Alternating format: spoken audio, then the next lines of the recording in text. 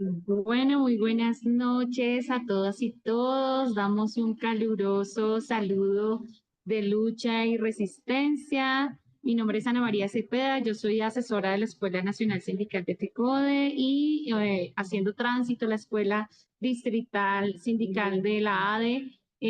Hoy tenemos una sesión bien interesante. Estamos abriendo desde el colectivo de maestro Leonardo Posada, William Agudelo, nuestra escuela básica sindical Gira Castro, en un momento histórico bien importante para el magisterio colombiano. El año pasado tuvimos un concurso de ingreso donde entraron cerca de 6.000 maestros y maestras jóvenes, ya mayores, bueno, maestros que pues han decidido tomar este camino de la docencia como un escenario de profunda transformación social. Y hemos querido entonces abrir este espacio de formación de una escuela básica muy tranquila que nos permita conocer un poco qué es el sindicato, qué es el sindicalismo, cuál es la lucha que el magisterio ha de librar. Queremos que sea una escuela no solo sindical, sino que nos permita analizar elementos políticos, por supuesto, de la economía política, de la pedagogía, de lo gremial.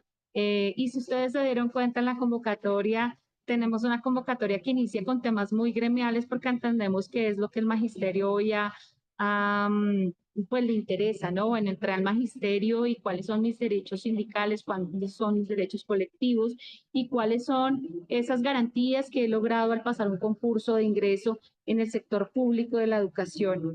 Entonces, abrimos esta escuela desde el colectivo de Maestro Leonardo Posada, un colectivo que tiene ya hace más de 15 años un programa que se llama Voz Educadora. Voz Educadora es un escenario de comunicación alternativa y popular que lleva transmitiendo ya 15 años, hasta este año transmitimos en La Voz de Bogotá y pues ya desde hace más o menos un mes estamos transmitiendo en Radio Sur. Invitarlos desde ya a que podamos hacer parte de este espacio también de Voz Educadora, contándonos pues sus experiencias, lo que ocurre en sus colegios, las denuncias, las reflexiones pedagógicas. Voz Educadora es la voz de los maestros y maestras y así se ha consolidado desde hace ya más de 15 años. Y bueno, hicimos nuestro tránsito a la FM. Eso para nosotros es bien importante porque nos da la posibilidad de llegar a más personas y transmitimos también desde nuestro canal de YouTube para que nos sigan en Voz Educadora en nuestro programa pues, de todos los domingos a las 9 de la mañana. Y con retransmisión pues, a las 9 de la noche también para que nos puedan escuchar. Vamos a iniciar entonces hoy con una sesión muy importante, una sesión que nos permita entender, bueno, ¿qué es el sindicato? ¿Qué es esto que estamos viviendo en estos días en un debate bastante álgido del magisterio? Hemos escuchado que tenemos debates muy álgidos sobre cuáles son las decisiones que ha adoptado nuestro sindicato de cara a una contradicción tan fuerte que tenemos en un gobierno distrital neoliberal, amigo de los empresarios, que ha venido haciendo, por supuesto, mucha cancha en las contrataciones y en los escenarios de privatización soterrada de la educación, como es el gobierno de Carlos Fernando Galán, y que algunos dicen, bueno, pero Carlos Fernando Galán solamente tiene del papá el, el apellido y nosotros pues creemos que no. Carlos Fernando Galán es hijo de una clase que defiende los intereses históricamente de la clase de nuestro país y que, por supuesto, ha abogado históricamente por los derechos de la clase empresarial, del sector financiero, del gran empresarial, del gran capital en nuestro país. Entonces, el sindicato hoy tiene una tarea histórica bastante fuerte. Hemos abierto esta escuela como un espacio que nos permita comprender el sindicato, el sindicalismo, fortalecer la lucha. Sabemos que solo desde la formación podemos tener convicción para entender salimos a las calles, porque hoy venimos de un paro, ¿no? Así quemaditos y todo de estar hoy en la calle, en medio del paro de 24 horas pues que le desafiamos, en el que le desafiamos a Galán ante sus amenazas de descuentos y demás. El magisterio no ha cedido. Tenemos 68 años de existencia en la 68 años luchando por los derechos del magisterio y bueno, qué mejor que entender que es por qué lucha el sindicato y el sindicalismo en un espacio de formación. Voy a dejar esta sesión, vamos a dejar esta sesión con la moderación de Ervin. Ervin Rueda es profesor de matemáticas del Colegio San Isidro Labrador de la localidad de San Cristóbal y pues él nos hará la presentación y moderación de Sergio, que es nuestro profesor del día de hoy. Les invitamos a dejar sus nombres, ya Ervin lo va a recordar más adelante, pero también lo planteamos en este momento, sus nombres y colegios en el chat para que podamos hacer, digamos, como una relación de los profes que nos acompañaron y poder hacer un cierre más adelante, incluso presencial. Sería para nosotros maravilloso poder encontrarnos en la presencialidad en la ADE o en otro espacio en el que podamos organizar para poder hacer el cierre más adelante de nuestra escuela. Hoy una sesión bien importante, ¿qué es y por qué lucha el sindicato y el sindicalismo? Erwin, muchísimas gracias. Bueno, un saludo combativo a todos los que nos ven y que participan de este espacio. Creo que en este momento se aborda un tema sumamente importante cuando uno considera el asunto de la disputa que tenemos. El sindicalismo es uno de los más discutidos, ¿sí? Pero no discutidos para fortalecerlo, sino para denigrar de él y de su papel dentro de la economía y dentro de la organización social, ¿sí? Por eso se ve tantas manifestaciones en los medios de comunicación masivos de que pues, el sindicalismo es antiempresa o que tenemos un cuerpo de docentes que son antiempresa, por ejemplo, ¿sí? Entonces, pues aquí Sergio García nos va a ofrecer una conversación, una aproximación a por qué el sindicalismo es importante, ¿sí? Y cuál es el papel político que tiene el sindicalismo, tanto en la formación política, ¿sí? Como su papel que tiene dentro de la organización en la sociedad, ¿sí? Sergio es politólogo, tiene una maestría en desarrollo rural, tiene también una especialización en la jurisdicción agraria y derecho de tierras.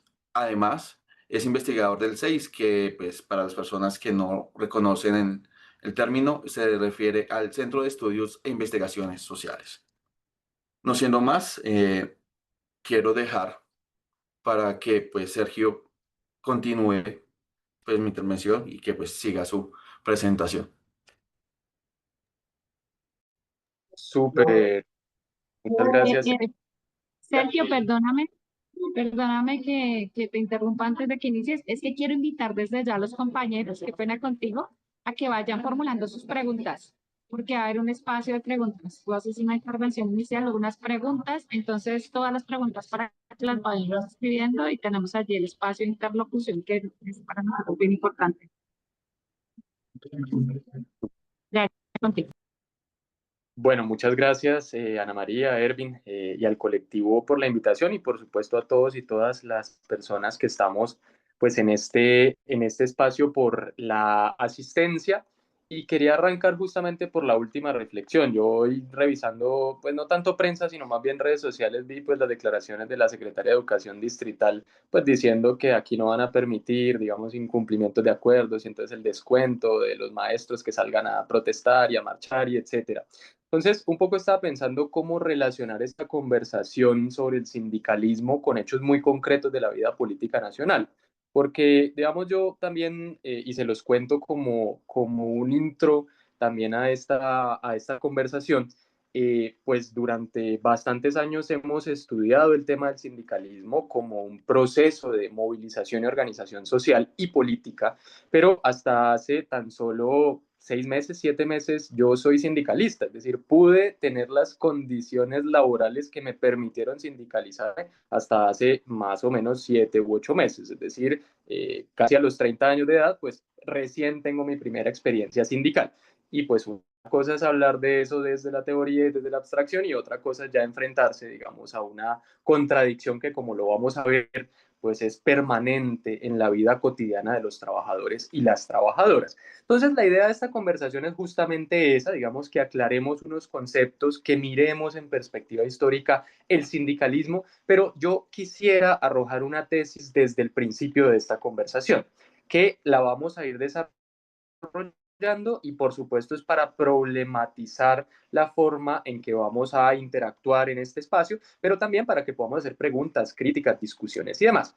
Y es que el sindicalismo es fundamental para la construcción de una sociedad democrática, para la reclamación de derechos y para el desarrollo, si se quiere, de garantías de movilización de la vida cotidiana y de los derechos civiles de cualquier sociedad, pero digamos, en su antípoda también, lo que tenemos es que el sindicalismo no es suficiente para subvertir o para transformar de manera definitiva o radical pues la situación política en la cual nosotros nos encontramos en cada momento. Esto por supuesto lo vamos a desarrollar, pero entonces básicamente para que lo tengamos en cuenta, un poco la tesis que quiero arrojar acá es el sindicalismo es positivo y es un indicador también de, si se quiere, de salud de las sociedades democráticas, pero fundamentalmente es insuficiente para disputar en términos concretos todo lo que tiene que ver con, por supuesto, pues básicamente lo que nos cambia la vida cotidiana, que es el poder. Quiero arrojar esa tesis también en un acto de honestidad intelectual para todos y todas, pues decir que soy militante del Partido Comunista Colombiano, que hoy está cumpliendo 95 años de existencia. Además, no podía permitirme dejar pasar la cuña promocional, pero sobre todo porque el origen del Partido Comunista tiene mucho que ver con el origen del sindicalismo en Colombia y con las luchas de los trabajadores y trabajadoras en ese momento fabriles, por supuesto, pero toda una tradición de organización y movilización de trabajadores, de trabajadoras organizados en sindicatos que ha tenido mucho peso, por supuesto, en este país. Y honestidad intelectual porque mis posturas van a estar ahí, es decir, no puedo, digamos, esconderme detrás de la barda y decir que yo no tengo posturas políticas, al contrario, todo este planteamiento de la charla que vamos a tener, pues va a ser fundamentado en una posición política y en una reivindicación ideológica, pues muy clara también en términos generales. Yo, digamos, lo dejo por ahí el ejercicio introductorio para que pasemos y aunque la conversación era, bueno, el sindicato, el sindicalismo, qué es, para qué sirve, etcétera, yo quise titularla el sindicalismo entre el trade unionismo y la conciencia política. Ya vamos a ver por qué esto tiene justamente relevancia o pienso que tiene relevancia. Entonces, en primer lugar, yo pues quisiera aclarar unas cosas también que nos permiten ver por qué estamos hablando hoy de sindicalismo. Y es que el punto de vista, esto no quiere decir que el sindicalismo se lo haya inventado Marx, ni que el marxismo haya engendrado al sindicalismo, y menos que el sindicalismo sea hoy mayoritariamente marxista o comunista o socialista, sino fundamentalmente por qué empieza, digamos, a surgir una serie de discusiones que hoy empiezan a volverse vertebrales en la cotidianidad de los trabajadores colombianos, ¿cierto? En el marco, digamos, de una arremetida de la derecha, pues que no ha tenido comparación en el tiempo reciente. Y es varias cosas frente a este marxismo para el siglo XXI.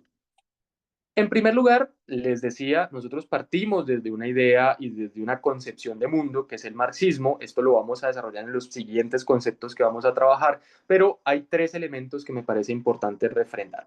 Lo primero es que estamos en la época, si se quiere, de la descomposición del programa neoliberal y de sus efectos en las sociedades contemporáneas a escala global. ¿Eso qué significa? Que el poder de absorción, la capacidad de construcción de consenso y de dominación del programa neoliberal empieza ya desde hace unos años a derruirse y hoy pues podemos verlo en crisis. Es decir, el neoliberalismo solo ha sido capaz de vencer en los últimos años, pero no ha sido capaz de convencer, de consensuar lo beneficioso de sus reformas y por lo tanto podemos hablar de un resquebrajamiento del orden neoliberal.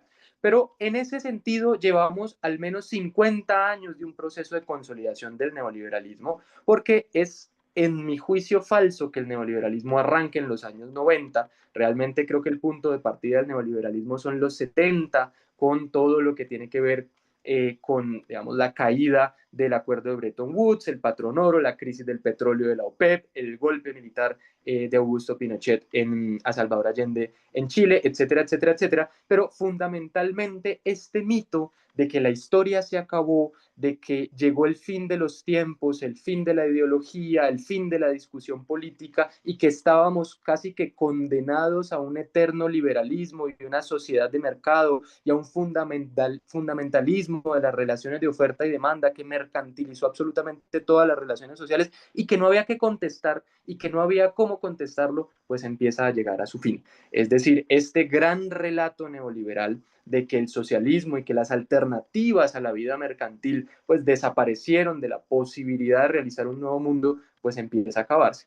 Y empieza a acabarse porque la crisis del neoliberalismo implica no solamente que no ha convencido a las mayorías de la población de lo beneficioso de sus reformas y de la contracción del Estado, de la reducción del gasto público, de la mercantilización de derechos, sino por un elemento fundamental, y es que ha sido incapaz de cumplir la promesa de cambio, de transformación y de bienestar para las mayorías de la población. Y eso pues se ve hoy, digamos, de manera diáfana, si ustedes me lo permiten.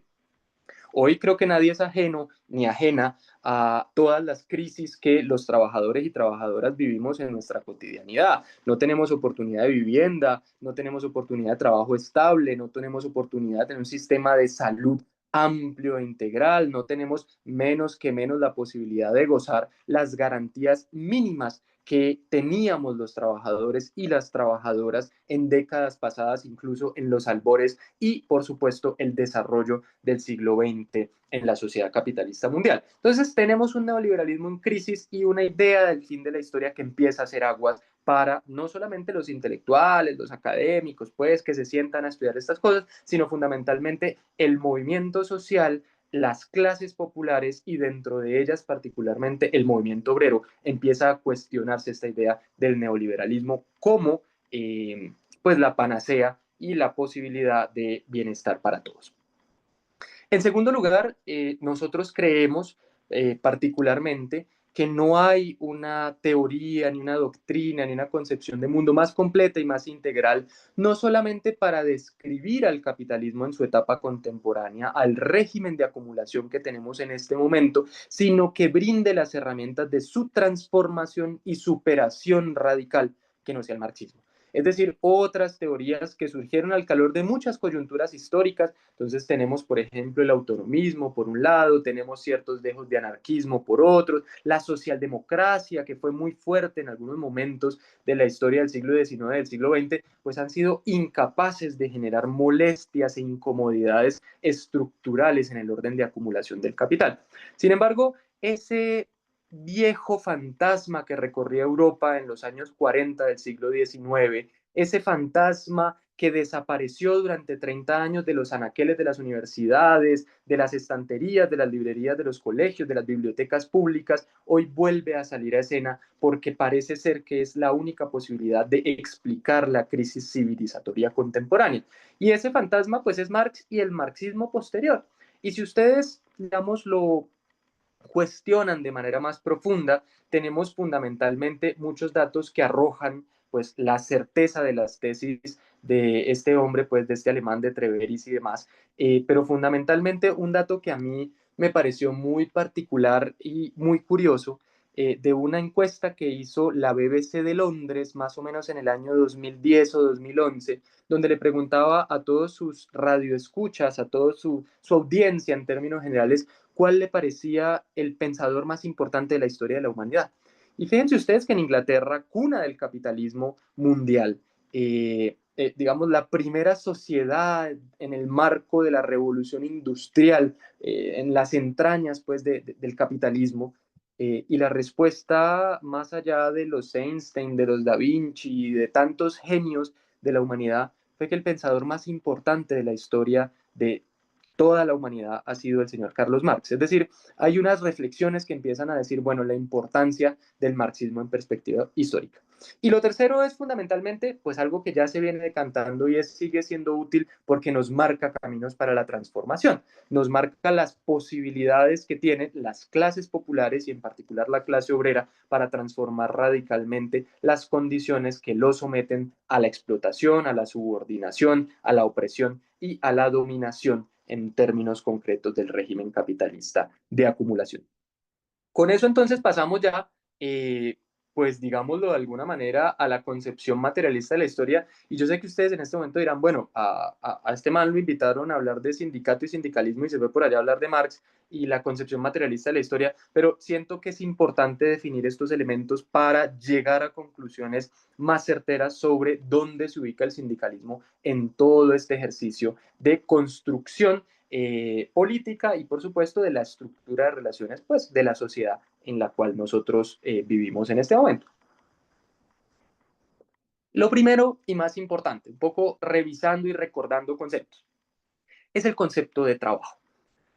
También, digamos, haciendo una cuña, no quisiera que esto se vea como una charla pues definitoria, es decir, nada de lo que yo digo acá está ni resuelto ni cerrado, realmente solamente un abrebocas para cada uno de estos elementos y por supuesto la polisemia de cada uno de estos conceptos pues va a hacer que mucha gente lo discuta y que alguien diga, bueno, de la economía neoclásica eso no es así y otros digan, no, los keynesianos dicen otra cosa, pero esto es una introducción a la introducción también de estos conceptos. Entonces, el primero que quisiera tocar es el concepto del trabajo.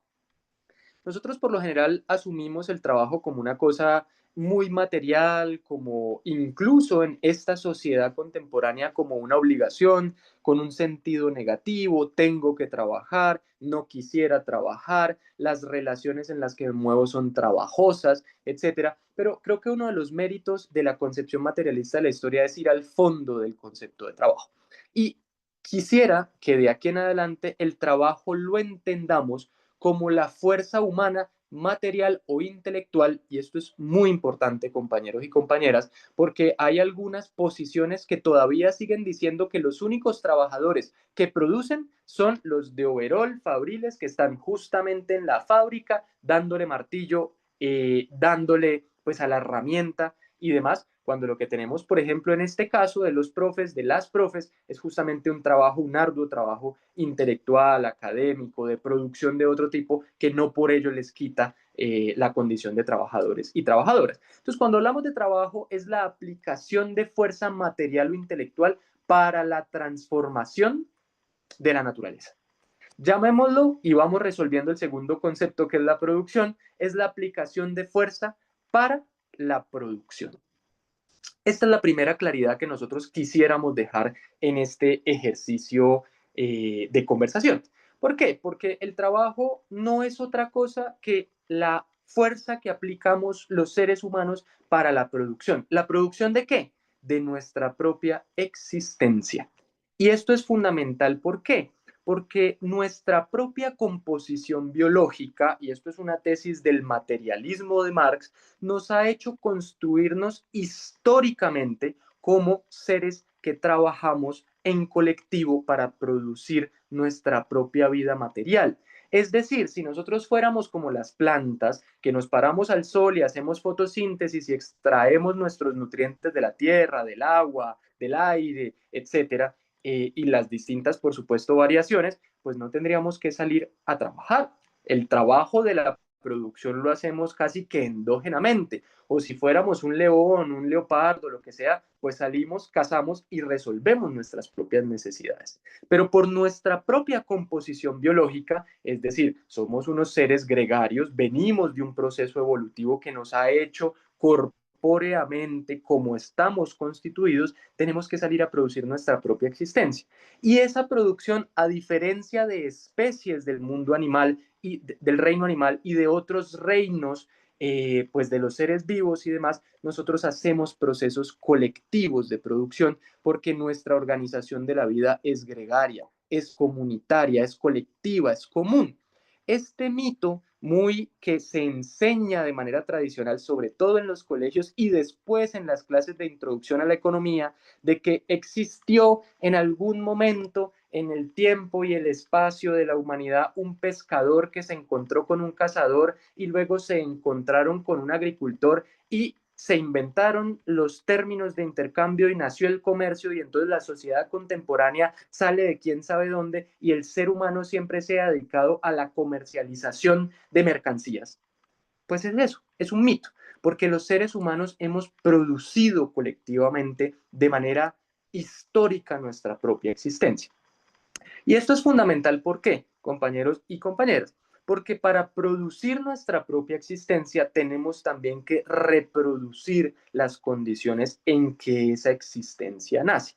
Entonces, si ustedes me lo permiten, y esto también es un desarrollo pues que uno tiene o que yo tuve en el marco de las lecturas y por supuesto el estudio y la experiencia de vida, pues yo creía que cuando Marx hablaba de la reproducción de la fuerza de trabajo, se estaba refiriendo exclusivamente a un tema reproductivo en términos de pues tener hijos, de básicamente el hombre y la mujer, las distintas formas, digamos, sexuadas de reproducción que permitían la reproducción de la especie. Pero cuando hablamos de reproducción de la fuerza de trabajo, estamos hablando de las formas en las cuales los trabajadores y las trabajadoras construyen condiciones para volver a trabajar al día siguiente. Y eso implica muchas cosas, y aquí sobre todo para las mujeres es fundamental, porque estamos hablando principalmente de unas economías del cuidado que permiten la reproducción de la vida. ¿Eso qué significa? Pues que el obrero hombre no podría irse a la oficina si no tuviera a la mujer, ¿cierto?, en la casa haciendo las tareas del cuidado. Entonces, fíjense cómo esta reproducción que también empieza a marcar roles, una división social del trabajo, pero sobre todo una división sexual del trabajo. No nos vamos a meter mucho en este intríngulis, pero para que lo tengamos en cuenta, pues empieza a ser como fundamental en esta noción. Entonces, primero trabajo, que es aplicación de fuerza material e intelectual para la producción, y producción que la podemos entender como digamos, el trabajo aplicado para la transformación de la naturaleza en objetos que permiten el sustento material de la vida de los seres humanos.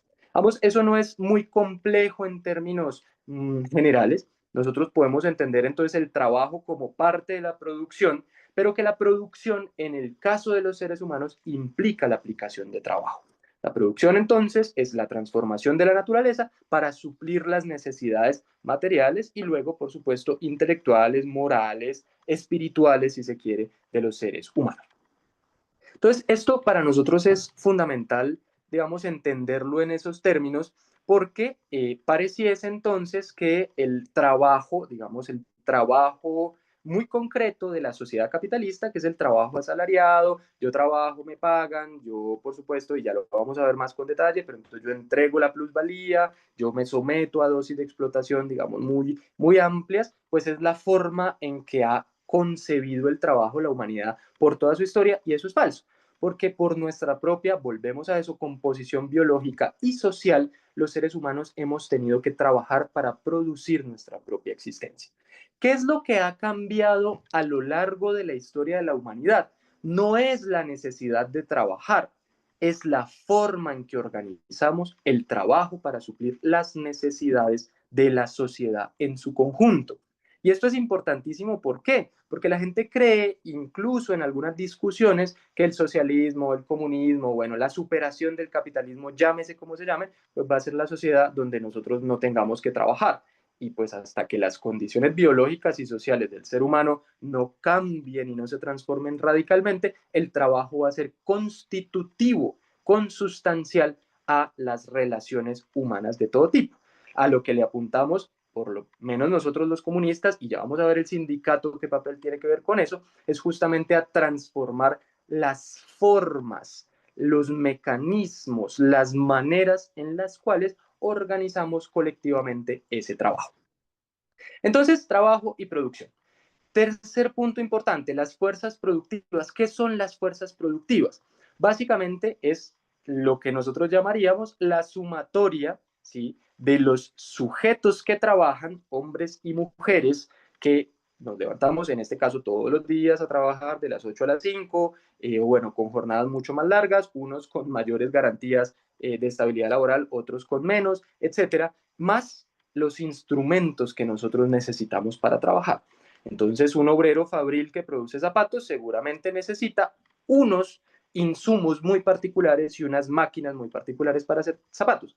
Ustedes que son profes, pues seguramente necesitan otra serie de, digamos, mecanismos, de herramientas, de instrumentos para desarrollar su propio trabajo. Entonces, cuando nosotros decimos las fuerzas productivas, y por eso la idea del desarrollo de las fuerzas productivas se refiere fundamentalmente a esa tensión que hay entre los sujetos que trabajamos y los instrumentos que usamos para trabajar. Me explico. Por ejemplo, cuando nosotros teníamos sociedades primitivas donde no había una división social del trabajo tan marcada y por supuesto donde el desarrollo tecnológico era mínimo, pues teníamos por supuesto, si se quiere, formas, no sé, muy primitivas de agricultura, herramientas pues que implicaban, por ejemplo, el uso intensivo de la fuerza de trabajo para algunas labores, como el arado, como la siembra, como, digamos, después cegar la cosecha, etcétera, etcétera, etcétera. Pero posteriormente, cuando nosotros tenemos un desarrollo tecnológico importante, como en el capitalismo y la revolución industrial, y luego todo lo que tuvo que ver con la revolución verde, tractorización, mecanización, etcétera, pues tenemos que, por ejemplo, un tractor suplió la necesidad de 20, 25, 30 personas de mano de obra.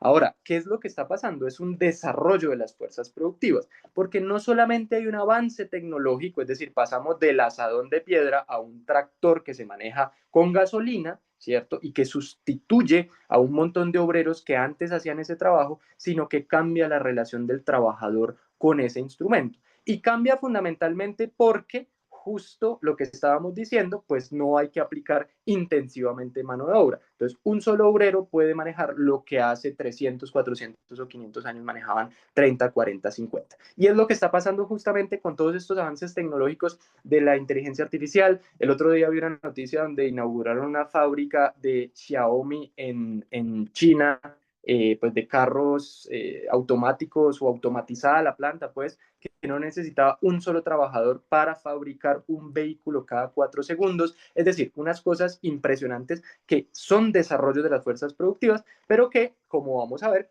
nos empiezan a entrar en contradicción con las relaciones de producción. ¿Y qué es eso de las relaciones de producción?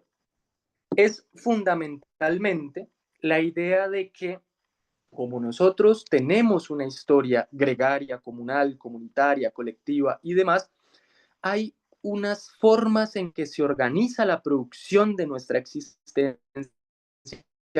que son sociales, pero que son independientes. A nosotros nos gusta el capitalismo o no nos gusta el capitalismo, nos toca vender nuestra fuerza de trabajo.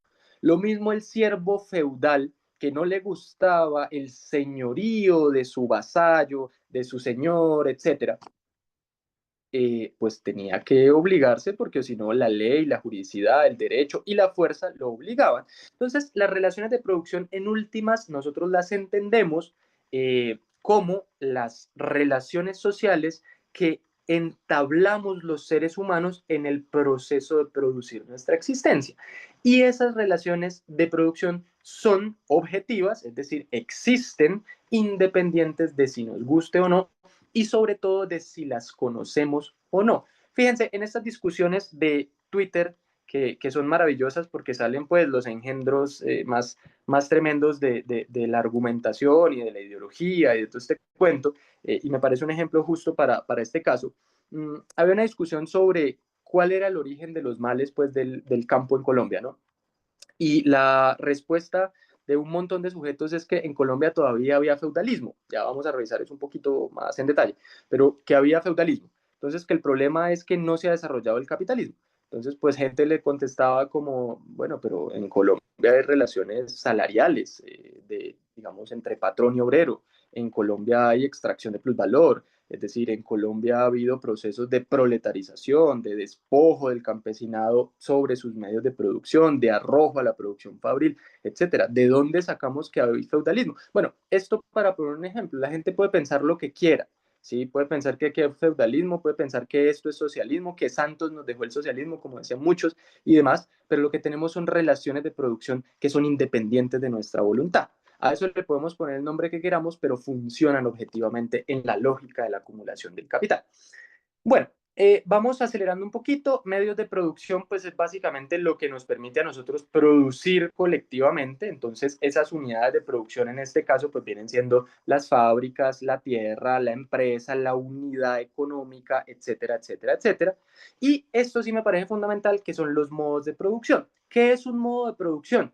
Es la forma que tiene, digamos, una estructura social de producción a nivel, pues, en este caso nacional, global y demás, pero podemos hablar de la sumatoria de las relaciones de producción. Por eso cuando nosotros decimos capitalismo, estamos hablando de un modo de producción particular, porque es un modo de producir, es una forma concreta en la cual los seres humanos nos organizamos para producir y reproducir nuestra propia existencia.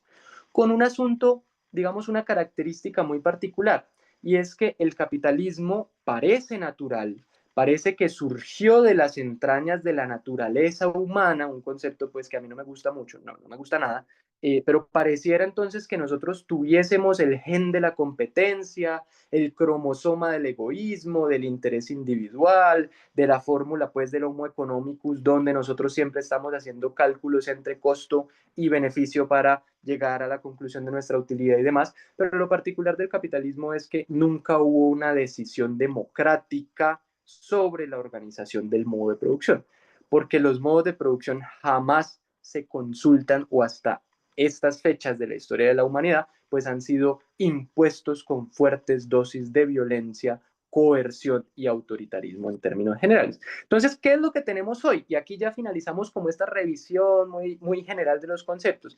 Pues tenemos un modo de producción que es el capitalismo, que está caracterizado, ya lo vamos a ver, por la extracción de plusvalía que hace el empresario a los trabajadores y trabajadoras y que se muestra en dos señales, que es la tensión entre acumulación de capital para el empresario y el trabajo asalariado para los trabajadores y las trabajadoras. Entonces, en ese caso, pues yo diría, digamos, para cerrar este elemento, que ahí donde hay trabajo asalariado, tenemos capitalismo.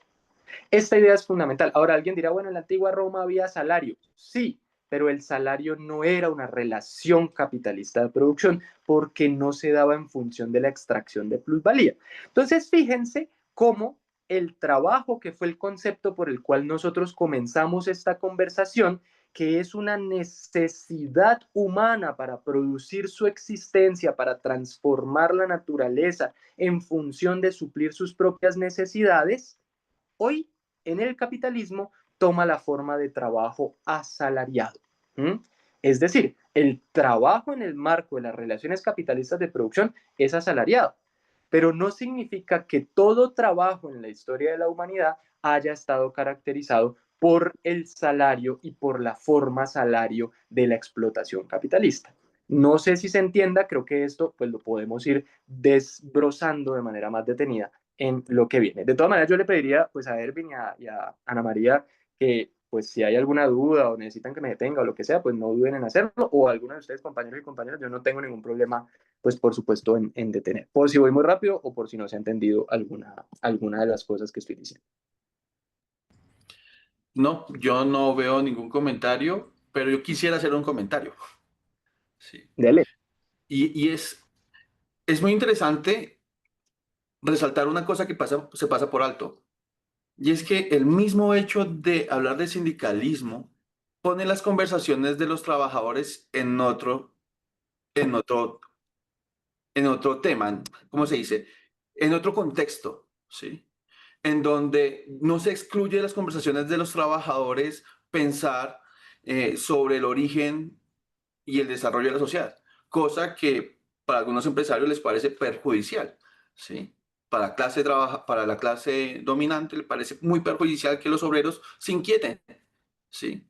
Y uno debe darse cuenta que efectivamente los sindicatos son propicios para hablar de esos temas, porque si no estuviéramos hablando de sindicalismo, seguramente esto escasamente podría caer en una conversación llevada de los tragos con la familia o algunos amigos, o en contextos exclusivamente universitarios.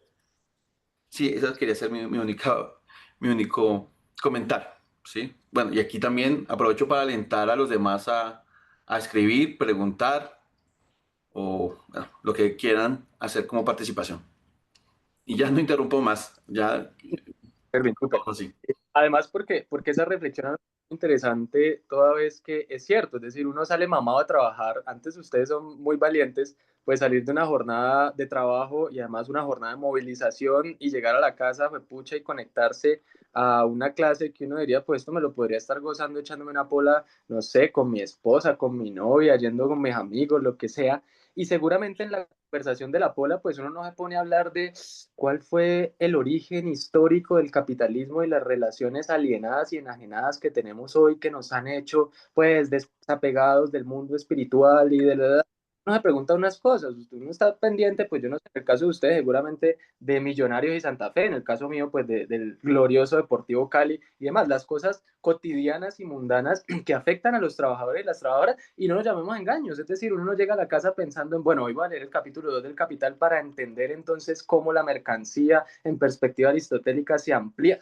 Uno piensa esas cosas, uno piensa, bueno, pucha, estoy mamado, quiero llegar a acostarme, quiero llegar a ver una serie, quiero llegar a ver, bueno, lo que sea, para aguantar el día, para, por supuesto, volver al otro día, levantarme a trabajar y se repita el ciclo y quizás recoger una pensión y quizás salirme de esto o montar un emprendimiento, como es la moda ahora, pues que me permita a mí salir, por supuesto, del circuito de ser un empleado para volverme mi propio jefe. Más explotado, más subordinado, ya vamos a ver un poco eso, pero en otras condiciones.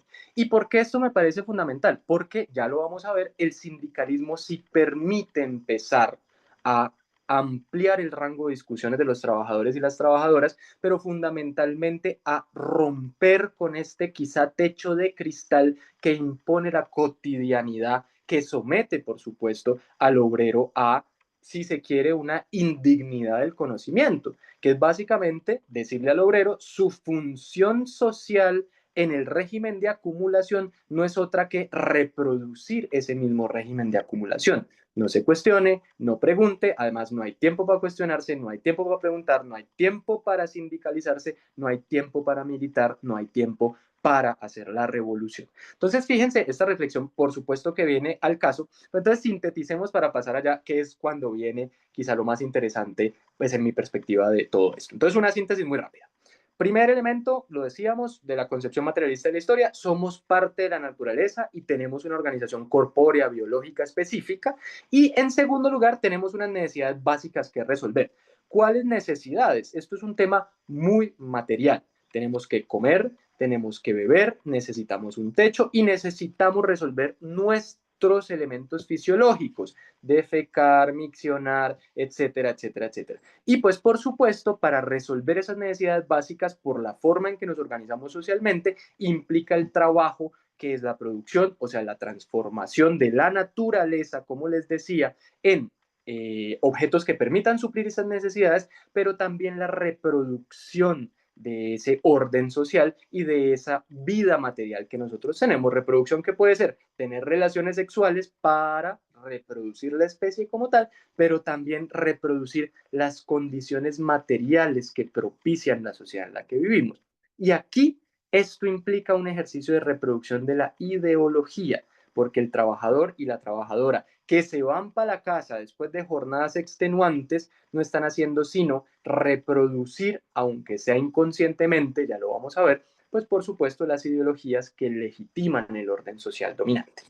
En cuarto lugar, pues este trabajo, esta producción y reproducción de la existencia implica diversas formas de organización de esa producción y reproducción, que pueden ser formas cooperativas, ¿cierto? Que es el comunismo primitivo que llamó Marx y Engels en algún momento, pues en el origen de la familia, la propiedad privada y el Estado y demás.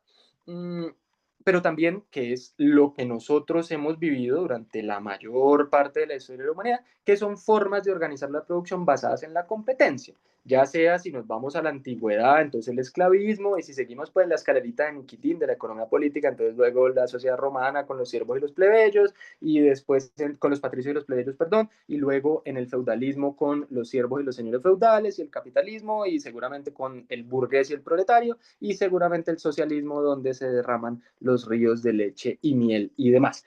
Pero ya vamos a ver pues que esto tiene sus ribetes importantes. Ahora, hago paréntesis también, por eso es que Marx en algún momento le llama al, digamos, al comunismo la superación de la prehistoria de la humanidad, porque dice la humanidad en tanto que en la mayor parte de su historia ha vivido en formas de organización de la producción que están basadas en la competencia, y no la competencia utópica pues de los libertarios donde nos vemos los demandantes y los ofertantes y entonces tenemos una sociedad de mercado perfecta donde toda la información está perfectamente distribuida y cada cual tiene según su ingenio y demás, sino realmente la competencia en términos reales, ¿sí? En términos materiales, la violencia, la coerción, etcétera, pues va a ser la prehistoria, porque solamente cuando superemos eso y lleguemos a un trabajo no enajenado, un trabajo no alienado, pues hablaremos, por supuesto, de una historia de la humanidad. Es otra discusión, pero me parece importante reflexionar alrededor de eso. Quinto, entonces tenemos un tema, y aquí empezamos a pasar ya a lo que toca directamente al sindicalismo, y es que esas fuerzas productivas empiezan a desarrollarse y entran en contradicción con las relaciones de producción. ¿Por qué? Porque si nosotros tenemos, por ejemplo, unas relaciones de producción de tipo feudal en el cual no hay trabajo asalariado, sino sujeción extraeconómica del trabajador a la tierra. Pongo un ejemplo muy concreto. En las sociedades feudales, pues el señor feudal no le pagaba absolutamente nada a los pobladores de sus feudos, sino que ellos trabajaban en las tierras del señor feudal y les entregaban porcentajes elevadísimos de la cosecha, de lo producido, etcétera, etcétera, etcétera.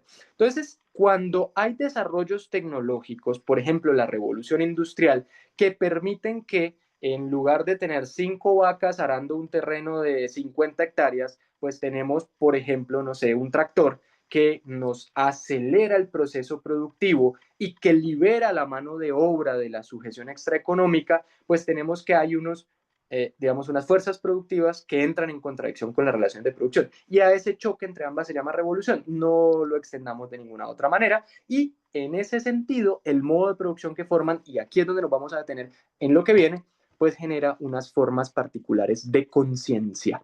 Y esto es fundamental, compañeros y compañeras, porque para nosotros, para la concepción materialista de la historia, no es la conciencia la que determina las condiciones materiales de existencia, no es lo que pensamos, ¿sí? El origen de la forma en la que vivimos, sino al contrario, es la forma en la que vivimos materialmente lo que determina las condiciones en las cuales nosotros pensamos la conciencia. Y cuando digo determina, ojo con eso, no significa explica, no significa subordina, no significa sintetiza, sino determina. Porque eso, digamos, es una interpretación ya economicista del marxismo, ¿no? Entonces la economía, luego la conciencia, eso no funciona así.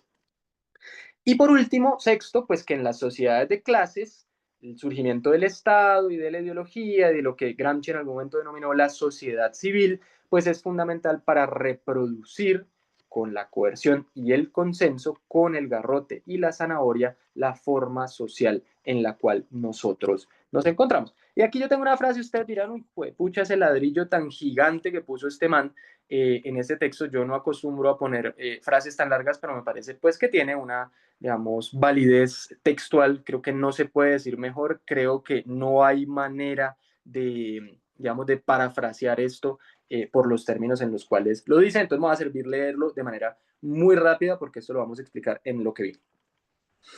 Marx, esa frase, digo además como un paréntesis, tiene un problema, este texto en general tiene un problema. Este texto es el prólogo a la contribución a la crítica de la economía política, escrito en 1859. Fíjense, después de que Marx hubiera escrito los Grundrisse, que es un segundo borrador del Capital y demás, y tiene un problema gigante porque el man se inventa un concepto, o bueno, un par de conceptos que son la estructura y la superestructura. Entonces, en ese sentido, la Überbau, le llama él en alemán, pues lo que está diciendo es que hay unas cosas de la estructura, ya lo vamos a ver, que determinan lo de la superestructura, y pues de eso se pegaron de la izquierda y de la derecha, de arriba y de abajo, para decir que todo está determinado por las relaciones económicas, cosa que es muy alejada, pues por supuesto, del método. Entonces voy a servirme leer este tema.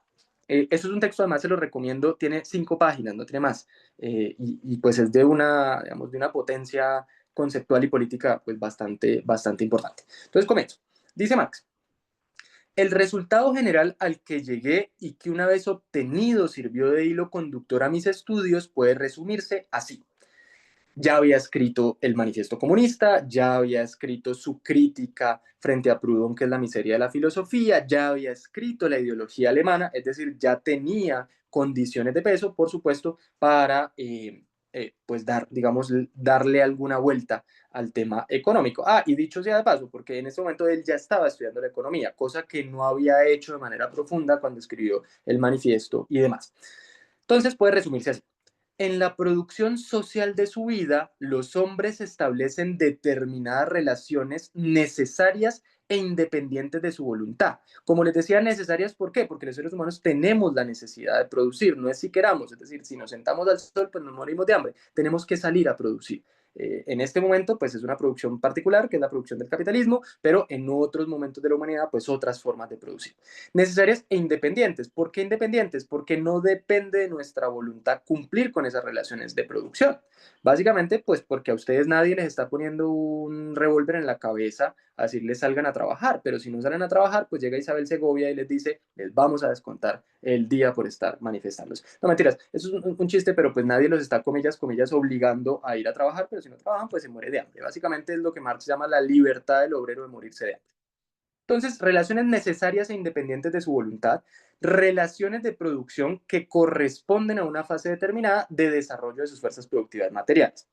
El conjunto de estas relaciones de producción forma la estructura económica de la sociedad, la base real sobre la que se levanta la superestructura jurídica y política y a la que corresponden determinadas formas de conciencia social. ¿Qué es lo que está diciendo este man acá? Pues que las formas en que pensamos, las formas de lo moral, de lo intelectual, cómo nos situamos en el mundo, el derecho, la cultura, el lenguaje, la idiosincrasia, absolutamente todos los valores que nos atraviesan y nos recorren dependen de la forma en que nosotros organizamos nuestra producción. Y esto, por ejemplo, es una, si se quiere, referencia que le aplica, pues por supuesto a hombres y mujeres, pero creo que es más pesada para mujeres. El tema de la monogamia en las sociedades contemporáneas. Sí, yo pues no me voy a poner aquí hippie a decir, no, si la monogamia es una institución, no, tampoco. Pero, por ejemplo, el surgimiento de la monogamia en sociedades gregarias como la nuestra, que está demostrado, no es una institución natural, pues ¿de dónde nace? Nace justamente de la, y eso Marx lo describe perfectamente en el manifiesto, y luego Engels, en la, pues más o menos 50 años después, en el origen de la familia, la propiedad privada y el Estado, pues va a decir, es que la institución de la monogamia y del matrimonio son formas propietarias de concebir las relaciones sociales. Monogamia en tanto que cuidado de la propiedad privada. Entonces, ¿por qué nosotros tenemos tan arraigada una forma de relacionarnos sexual, erótica, emocional, afectivamente? Pues tiene que ver con una idea de cómo nos organizamos como sociedad alrededor de una noción de propiedad privada. Eso por poner solo un ejemplo, ¿sí? Solo por poner un ejemplo, pero ahí, pues, por supuesto, todo lo demás. Sigo. El modo de producción de la vida material condiciona el proceso de la vida social, política y espiritual general. Y esta pues es la frase, la gente se la pone en camisetas y todo el cuento, incluso uno pues se ha puesto eso. No es la conciencia del hombre la que determina su ser, sino por el contrario, el ser social es lo que determina su conciencia. Es la forma en que organizamos la producción la que determina la forma como pensamos. Al llegar a una fase determinada de desarrollo de las fuerzas productivas materiales de la sociedad, entran en contradicción con las relaciones de producción existentes o, lo que no es más que la expresión jurídica de esto, con las relaciones de propiedad dentro de las cuales se han desenvuelto hasta allí. De formas de desarrollo de las fuerzas productivas, estas relaciones se convierten en trabas suyas y se abre así una época de revolución social. Al cambiar la base económica se transforma más o menos rápidamente toda la inmensa superestructura erigida sobre ella. Cierro comillas. Marx después se dio mucho palo por esa frase porque lo interpretaron muy mal en sentido muy mecánico. Pero la idea central acá es condiciones materiales de existencia determinan la forma como organizamos intelectual, moral, espiritualmente nuestras creencias, etcétera, etcétera, etcétera. Y entre esas creencias, entre esos pensamientos y formas de existir en el mundo, pues tenemos en la sociedad de clases lo que Marx denominó la conciencia de clase. Y aquí empezamos ya a tocar el tema de los trabajadores y las trabajadoras organizadas. Quiero detenerme acá, yo de todas maneras me voy a devolver porque me parece importante, pero me voy a adelantar justamente a esto, al tema del sindicato. Porque ya llegamos al asunto de la conciencia de clase, ya hablamos de clases sociales, ya hablamos de la producción y del trabajo en los distintos modos de producción y en los distintos momentos o fases históricas de la humanidad. Pero entonces entremos al tema del sindicato. ¿Cómo definen el sindicato y por qué el sindicato tiene todo que ver con la sociedad capitalista? Yo quiero que leamos tres definiciones pues que me serví traer acá para ver un poco, y hay unas negrillas ahí que resaltan lo que más interesante me parece a mí esas definiciones, porque ya vamos a ver un poco, pues si eso se corresponde o no se corresponde con lo que es o debería ser el sindicalismo. Entonces, en una definición muy particular del Banco de la República, que se basa en un texto de Luis Jorge Garay, que es un economista pues, muy afamado en Colombia, va a decir que un sindicato, ojo con esto, es una asociación o agrupación formada para la defensa de los intereses, ojo con esto, económicos y laborales de un grupo de trabajadores asalariados. Asociación o agrupación formada para la defensa de los intereses económicos y laborales de un grupo de trabajadores asalariados. Yo resalté acá intereses económicos y laborales y resalté trabajadores asalariados. Ya vamos a ver por qué. La ley 83 del 31, que es la primera ley que reconoce y protege la acción sindical en Colombia, la define en su artículo primero, o el sindicato lo define en su artículo primero, de la siguiente manera. Se llama sindicato la asociación de trabajadores de una misma profesión, oficio o especialidad, o de profesiones, oficios o especialidades similares o conexos.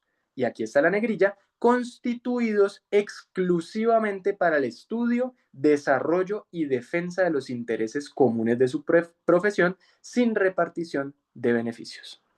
Exclusivamente para el estudio, desarrollo y defensa de los intereses comunes de su profesión. Y por último, la RAE, que es la clásica, ¿sí? Y es la Asociación de Trabajadores para la Defensa y Promoción de sus Intereses.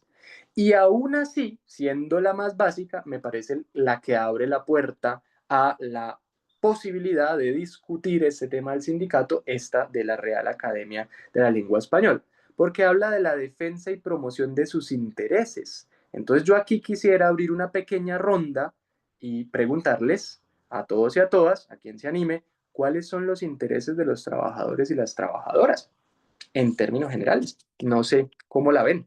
Demos ahí 2, 3 minuticos y seguimos.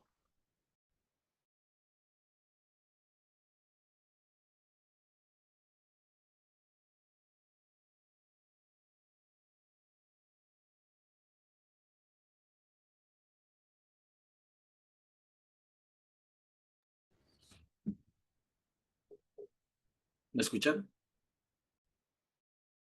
Sí, Sí, perfecto. No, parece que hubo un pequeño problema ahí con el internet, se fue transitorio. Eh, yo escuché 3 minutos, perdón. Sí, demos una rondita, opinión muy rápida sobre cuáles son los intereses de los trabajadores en general. ¿Cuáles son los intereses? intereses económicos, o sea, el recibir una remuneración acorde con su experiencia, con sus estudios, con todo eso, ¿no?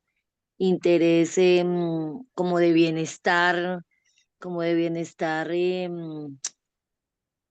laboral, es decir, hacer el trabajo como en buenas condiciones de, de fondo y de forma, ¿no? Como con tranquilidad, como acorde, como bien. Creo que esos son los intereses más importantes. Y tener el tiempo, contar con un tiempo específico para hacer la labor y tener su vida personal. Creo que esos son los intereses, ¿no?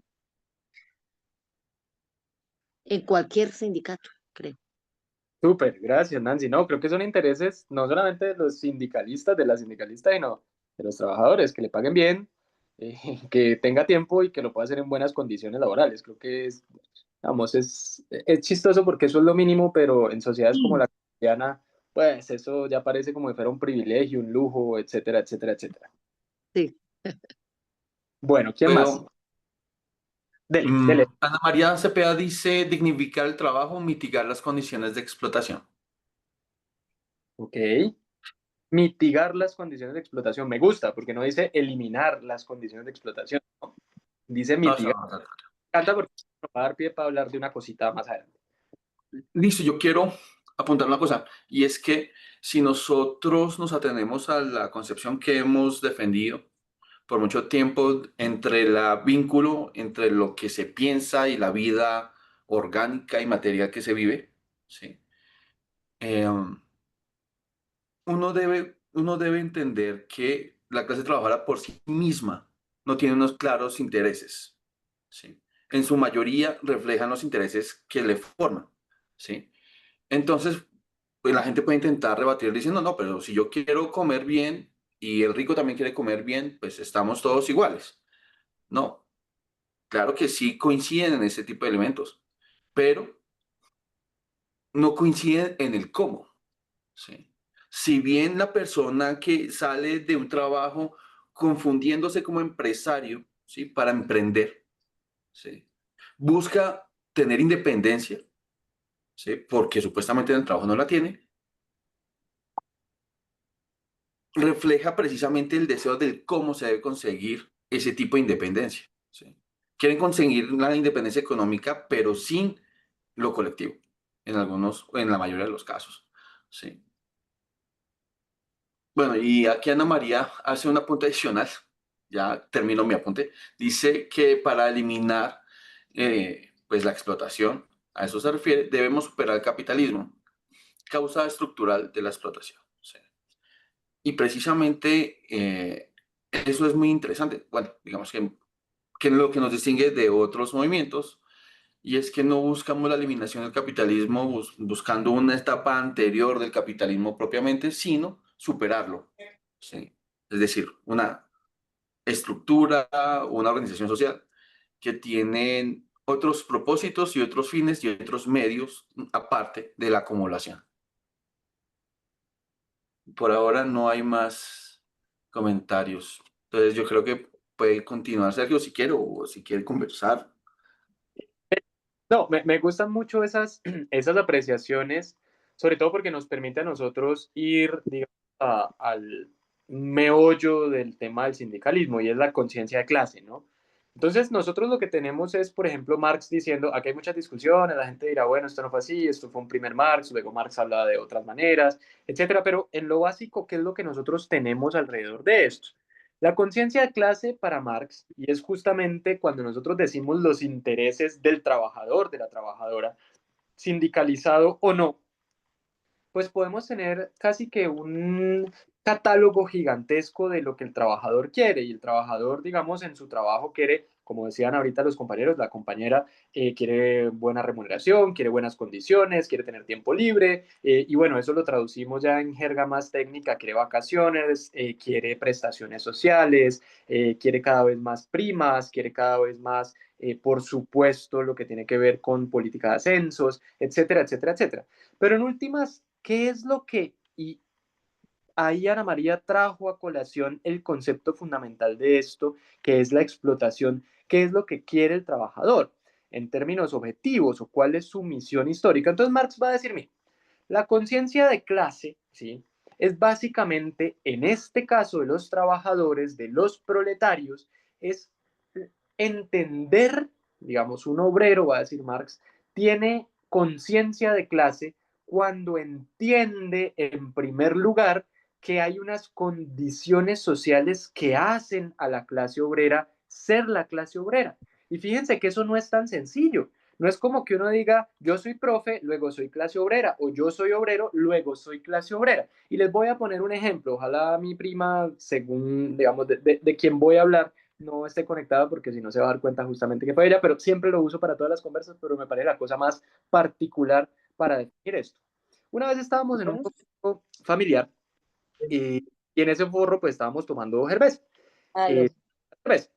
Cuando se acaba la cerveza, pues hicimos vaca justamente para que no, pues para que no se acabara la cerveza, para que no se acabara la gozadera y demás. En ese momento, pues empezamos a poner todos los primos, y pues a mí me gusta tomar costeña. Y si hay costeña, pues mejor, pues si hay póker también, no importa. Pero el hecho es que fuimos haciendo pues como esa ronda y cuando llegamos donde ella, básicamente todos los primos habían puesto y fue la única que preguntó como, bueno, ¿y qué cerveza van a comprar? Entonces, pues yo le dije, no sé qué cerveza, la que haya, no importa, menos light, ¿cierto? Eh, pues porque no me gusta la light. Entonces dijo ella algo así como, pero seguramente van a comprar póker, ¿cierto? Y yo, pues si hay póker, compramos póker. Y dice ella, uy, no, yo no voy a poner plata porque eso es cerveza de obreros. Eh, Mi prima en ese momento trabajaba en tecnoquímicas, era operaria de banda, es decir, se dedicaba todo el tiempo a meter los medicamentos en cajitas, 8 horas metiendo medicamentos en cajitas. Si no hay algo más, digamos, si hay algo muy obrero en términos del Fordismo y del Taylorismo, pues es el operario de banda. Es decir, es un obrero que está 8 horas pegado a una banda sin celular, con su uniforme, metiendo cositas a una caja. ¿Mm? Pero mi prima, que era quizá la experiencia más concreta del trabajador o de la trabajadora fabril, decía, yo no tomo esa cerveza porque eso es cerveza de obreros. Es decir, para ella, ser obrero era una cuestión de identidad que se reflejaba en elementos de consumo. Lo que me tomo, lo que me como, en los sitios en los que parcho, a los lugares a los que voy, donde salgo a almorzar, con quién me relaciono, qué celular tengo, etcétera, etcétera, etcétera. Es decir, definiendo su pertenencia a una clase alrededor de elementos de consumo y elementos subjetivos. Pero fíjense que era una trabajadora, todos los fines de mes recibía su sueldo por estar metiendo medicamentos a una cajita tras otra cajita tras otra cajita. Entonces lo que va a decir Marx es conciencia de clase es cuando en primer lugar el obrero tiene conciencia de que es obrero. Y esto es una discusión muy profunda porque muchos de los trabajadores y trabajadoras de la actualidad, por las condiciones de deterioro en la situación laboral general, pues no se reconocen como trabajadores o como trabajadoras. De hecho, el fenómeno del emprendedurismo, que uno creería pues que son unidades productivas que permiten a la gente salir pues de la condición de trabajador y volverse un nuevo patrón y demás, pues eso es carreta. El emprendedurismo por lo general es alguien que empeñó la mitad de su sueldo, compró carcasas de celular y se puso a vender eso por estados de WhatsApp. Y entonces fíjense que además de trabajar lo que tiene que trabajar, le toca trabajar 5 o 6 horas comercializando esa vaina para ver si saca alguna plática, para ver si le alcanza para llegar a fin de mes. ¿Mm? Es decir, es una sobreexplotación. Pero si usted le pregunta al emprendedor o a la emprendedora, ¿es usted un obrero? Va a decir, no, yo no soy un obrero. Yo soy un pequeño empresario, un emprendedor, porque yo no le trabajo a nadie. ¿Mm? Entonces, fíjense, primer elemento, conciencia de clase es entender que hacemos parte de una clase social, independientemente de que ya lo seamos, porque objetivamente hacemos parte de una clase social, pero tenemos que tener la conciencia para hacer. En segundo lugar, va a decir Marx, es tener conciencia de que hay una condición antagónica con la burguesía. ¿Qué significa esto? Que en el desarrollo de los procesos productivos del capitalismo, la acumulación del capital implica explotación de la fuerza de trabajo. No hay acumulación de capital sin explotación de la fuerza de trabajo, porque el capital no es otra cosa que fuerza de trabajo condensada, es tiempo de trabajo muerto. Y por lo tanto, ahí donde nosotros tenemos acumulación de capital es porque hubo explotación de los trabajadores y trabajadoras. Y por lo tanto, siempre habrá en el marco de las relaciones capitalistas de producción un fenómeno de explotación, porque de la explotación depende la acumulación del capital. Entonces, a nosotros nos han acostumbrado de que explotación es un término peyorativo siempre y cuando haga las veces de adición al trabajo que se supone nosotros naturalmente tendríamos que hacer. Si nosotros tenemos un trabajo de 8 horas, pues no es explotación, pero si nos ponen a trabajar 10, pues sí. Si nuestro trabajo de 8 horas es suave, pues no nos explotan. Si nuestro trabajo de 8 horas es bastante complicado, estás muy explotado. ¿Mm? Cuando lo que Marx está diciendo, y lo dice en el Capital, y etcétera, etcétera, digamos una bibliografía muy amplia, es hay explotación ahí donde hay trabajo asalariado. ¿Por qué? Porque el obrero produce mucho más de lo que el empresario le retribuye en el salario. Y ese tiempo que el obrero trabaja y que el empresario no le retribuye, que es plusvalor, plusvalía, es la base de la ganancia del empresario. Por eso ahí donde hay trabajo asalariado hay explotación, porque es un empresario quedándose con el trabajo no remunerado del trabajador y de la trabajadora. Entonces, cuando Marx dice hay una condición antagónica del proletariado con la burguesía, es una condición objetiva, no es que nos guste o no nos guste. Ahorita el compañero Ervin lo decía, no es que si al empresario le va bien, al trabajador le va bien. Pues no, porque el trabajador busca aumentar su remuneración, pero su remuneración depende de las tasas de explotación que le impone el empresario. Entonces, fíjense ustedes que cuando Marx dice conciencia de clase es no solamente darnos cuenta que pertenecemos a una clase social, sino que hay un antagonismo irreconciliable con la burguesía, llámese empresariado, llámese clase dominante, etcétera, pues lo que nos está diciendo es, en el marco de relaciones capitalistas de producción, no va a haber forma de solucionar la explotación laboral. Porque la explotación no es otra cosa que el robo de trabajo no pago. El robo de trabajo del trabajador. Y en tercer lugar, va a decir Marx, la conciencia de clase es el reconocimiento de la necesidad de organizarse para tomar el poder político. ¿Por qué el poder político? Porque ya lo vamos a ver a continuación, no es en las relaciones estrictamente económicas donde se resuelve la cuestión de la conducción de la sociedad, sino en el espacio de la política. ¿Dónde surge y dónde se desarrolla la conciencia de clase? Y esto es fundamental. Y aquí ya nos metemos de lleno con toda esta consideración que ustedes viven cotidianamente. Y es la conciencia de clase es y se genera en un proceso histórico de lucha.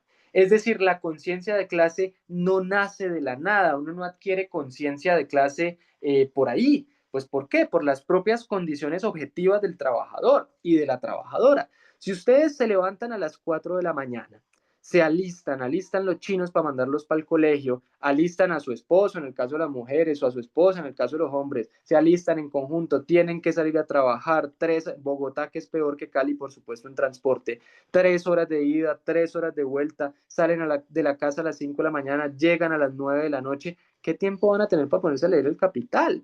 Y esto es una cosa muy concreta de la condición objetiva del trabajador. ¿Qué tiempo van a tener para formarse ideológicamente, para organizarse, etcétera? Entonces, la conciencia de clase no se adquiere por ósmosis. No es una cuestión de que yo soy obrero y tengo conciencia de clase obrera. Si así fuera, hace rato hubiéramos hecho la revolución. Eso no sucede así. Es un proceso histórico de lucha, pero no es solamente un proceso individual. No es que yo individualmente adquiera conciencia, sino que la clase en su conjunto, a través de una historia colectiva de luchas, de triunfos, de derrotas, de avances, de retrocesos, va adquiriendo acumulados de conciencia de clase.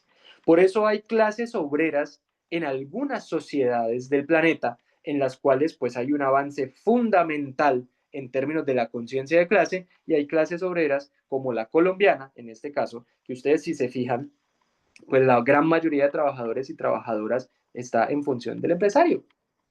Para nadie es un secreto que cuando uno consigue su primer trabajo y pues le ha mostrado cositas así medio revoltosas a la mamá, al papá, a los tíos, etcétera, empieza el tema de mi hijo, dele gracias al patrón que le dio trabajo, no se ponga con esas bobadas de sindicalizarse, mire que le dio una oportunidad y usted lo va a responder con ese tema del sindicato, etcétera, etcétera, etcétera, porque es la clase trabajadora que, bueno, eso tiene sus explicaciones, ¿no? Pero que es una clase trabajadora muy poco formada y con muy poca conciencia de clase.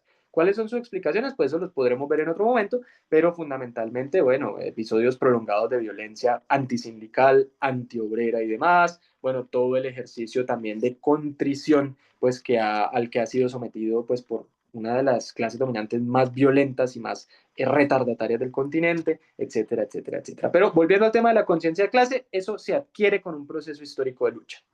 En segundo lugar, la conciencia de clase tiene una relación directa con la teoría. Y esto para mí es fundamental, porque en muchos trabajadores y trabajadoras se nota, y es casi que, si se quiere, un credo, esta inclinación anti-intelectual y contra-teórica en el ejercicio, digamos, de la formación. ¿Y por qué lo digo? Porque entonces pareciera que los teóricos y académicos van por un lado y los trabajadores van por otro, como si la teoría que nos conduce al proceso revolucionario de la abolición de la explotación no estuviera relacionada y no naciera directamente de las contradicciones en el seno de la relación de explotación de la sociedad capitalista.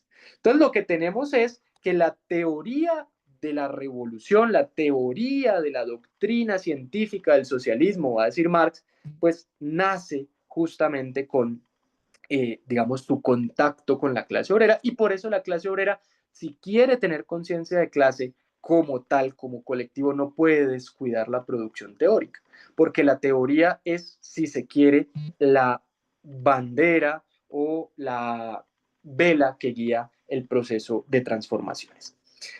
Esto, digamos, hay que ponerlo entre paréntesis, que es el tercer punto, y es el problema del partido, porque en Marx el problema del partido no fue evidente. Quien les diga también, pues, que Marx estuvo cuestionando organizativamente el partido, etcétera, pues está hablando carreta, porque eso no fue un problema muy justo de su tiempo. Ya lo vamos a ver a continuación.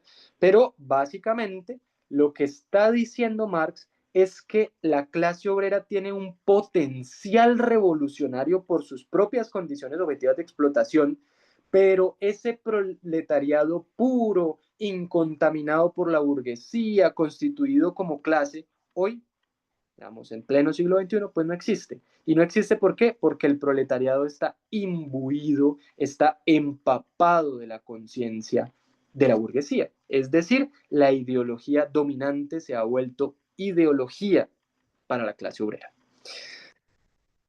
Y aquí, digamos, vamos decantando todo digamos, todo este carretazo. Ustedes dirán, bueno, poco hablado de sindicato. Y es básicamente porque quien trae una idea, esto ha sido muy debatido, pero me parece muy importante o por lo menos relevante para esta discusión, y es que ya en Lenin hay un desarrollo de esta tesis de Marx alrededor de las dos conciencias. A esto se le va a denominar la teoría de las dos conciencias. ¿Qué dice Lenin al respecto?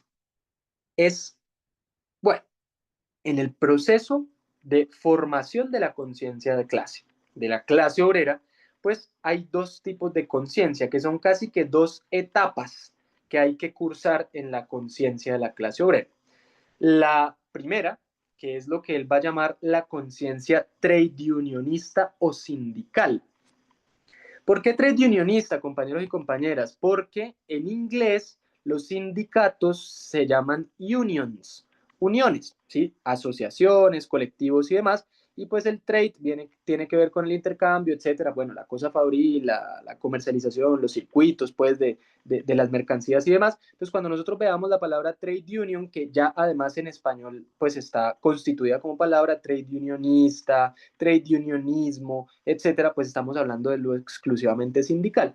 Va a decir Lenin, los obreros pasan primero por una conciencia trade unionista, sindical, de gremio, apegada a sus intereses más inmediatos, y posteriormente tienen que pasar a una conciencia socialista, que es lo que en Marx hablábamos de estos tres elementos de la conciencia. Entonces, reconocimiento de la clase, pues digamos, de la pertenencia a una clase, el antagonismo con la burguesía y por supuesto de la misión histórica del proletariado, que es la toma del poder para la transformación del Estado. Entonces volvemos al tema del sindicato, otra vez acá. Entonces, por eso hablábamos en la definición de la RAE, Asociación de Trabajadores para la Defensa y Promoción de sus Intereses. ¿Cuáles intereses? Depende la fase de lucha en la que se encuentren los trabajadores y trabajadoras. Porque si nos ponemos maximalistas, ya vimos, el interés objetivo de la clase obrera es la abolición de todas las formas de explotación y dominación. Y eso implica romper con el régimen de acumulación neoliberal. Y en este caso particular, pues del modo de producción capitalista. Pero si nos vamos a una cosa mucho más minuciosa y cotidiana e inmediata, pues el interés del trabajador, ¿cuál es? Cosas incluso más chiquiticas que un buen salario. Por ejemplo, que no haya acoso laboral. Por ejemplo, que no tenga un coordinador o una coordinadora acosador o acosadora en términos sexuales, ¿sí? Que a mí no me mire lascivamente el rector o la rectora, que a mí no me pongan a hacer cosas, comillas, comillas, de mujeres por ser mujer o cosas de hombres por ser hombre, etc., etc., etc. Entonces, fíjense cómo el interés más inmediato de los trabajadores y las trabajadoras es lo que empieza a construir un ejercicio de organización, un ejercicio asociativo en defensa y promoción de esos intereses. Interés inmediato del trabajador, que no lo echen. Interés inmediato del trabajador, que le suban el salario. Interés inmediato del trabajador, que le reduzcan la jornada laboral. Interés inmediato del trabajador, que tenga tiempo libre para ir a visitar a sus hijos, a su esposa, a su esposo, a su novia, a su pareja, lo que sea. Intereses inmediatos. Entonces, ¿qué es lo que hace un sindicato en términos concretos? Es defender intereses de gremio de los trabajadores y trabajadoras. ¿Y cuáles son los intereses de gremio de los trabajadores y trabajadoras? Es justamente negociar en las mejores condiciones posibles las tasas de explotación a las que se ven sometidas por el empleador. Entonces, fíjense y reitero acá el espíritu del sindicato. El sindicato negocia y, por supuesto, está en pro de la defensa de los intereses inmediatos de la clase obrera, de sus afiliados sobre todo.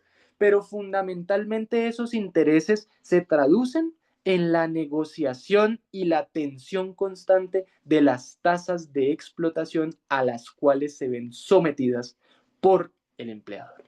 Y esas tasas de explotación se expresan en muchas cosas, entre ellas el salario, que es la más importante, a menor salario, mayor tasa de explotación. La jornada laboral, a mayor jornada laboral, mayor tasa de explotación. Y por supuesto, los factores que afectan esas tasas de explotación. Si ustedes les dan en lugar de 2 primas, 3, 4, 5, están afectando la tasa de explotación, porque la están reduciendo un poquito.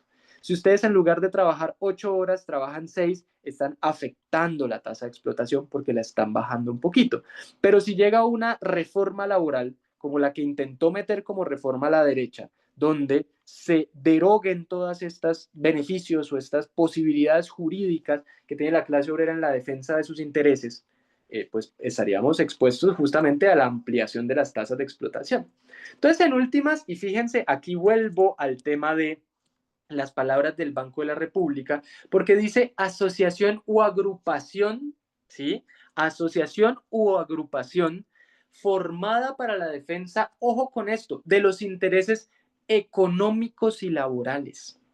¿Qué significan intereses económicos y laborales? Pues los intereses de salario, los intereses de prestaciones sociales, intereses que tienen que ver con la seguridad social, con la posibilidad de formación, de ascensos, de escala salarial y demás beneficios, transporte, rutas, descuentos, etc. Entonces, fíjense que cada que el magisterio se va a negociación estatal, bueno, el magisterio y los demás sectores que hacen la negociación estatal, pues las reclamaciones son sobre un montón de factores: bienestar, salarios, jornadas, prestaciones, escalafón, ascensos, etcétera, que se sintetizan y reducen ¿en qué? En la negociación de la tasa de explotación.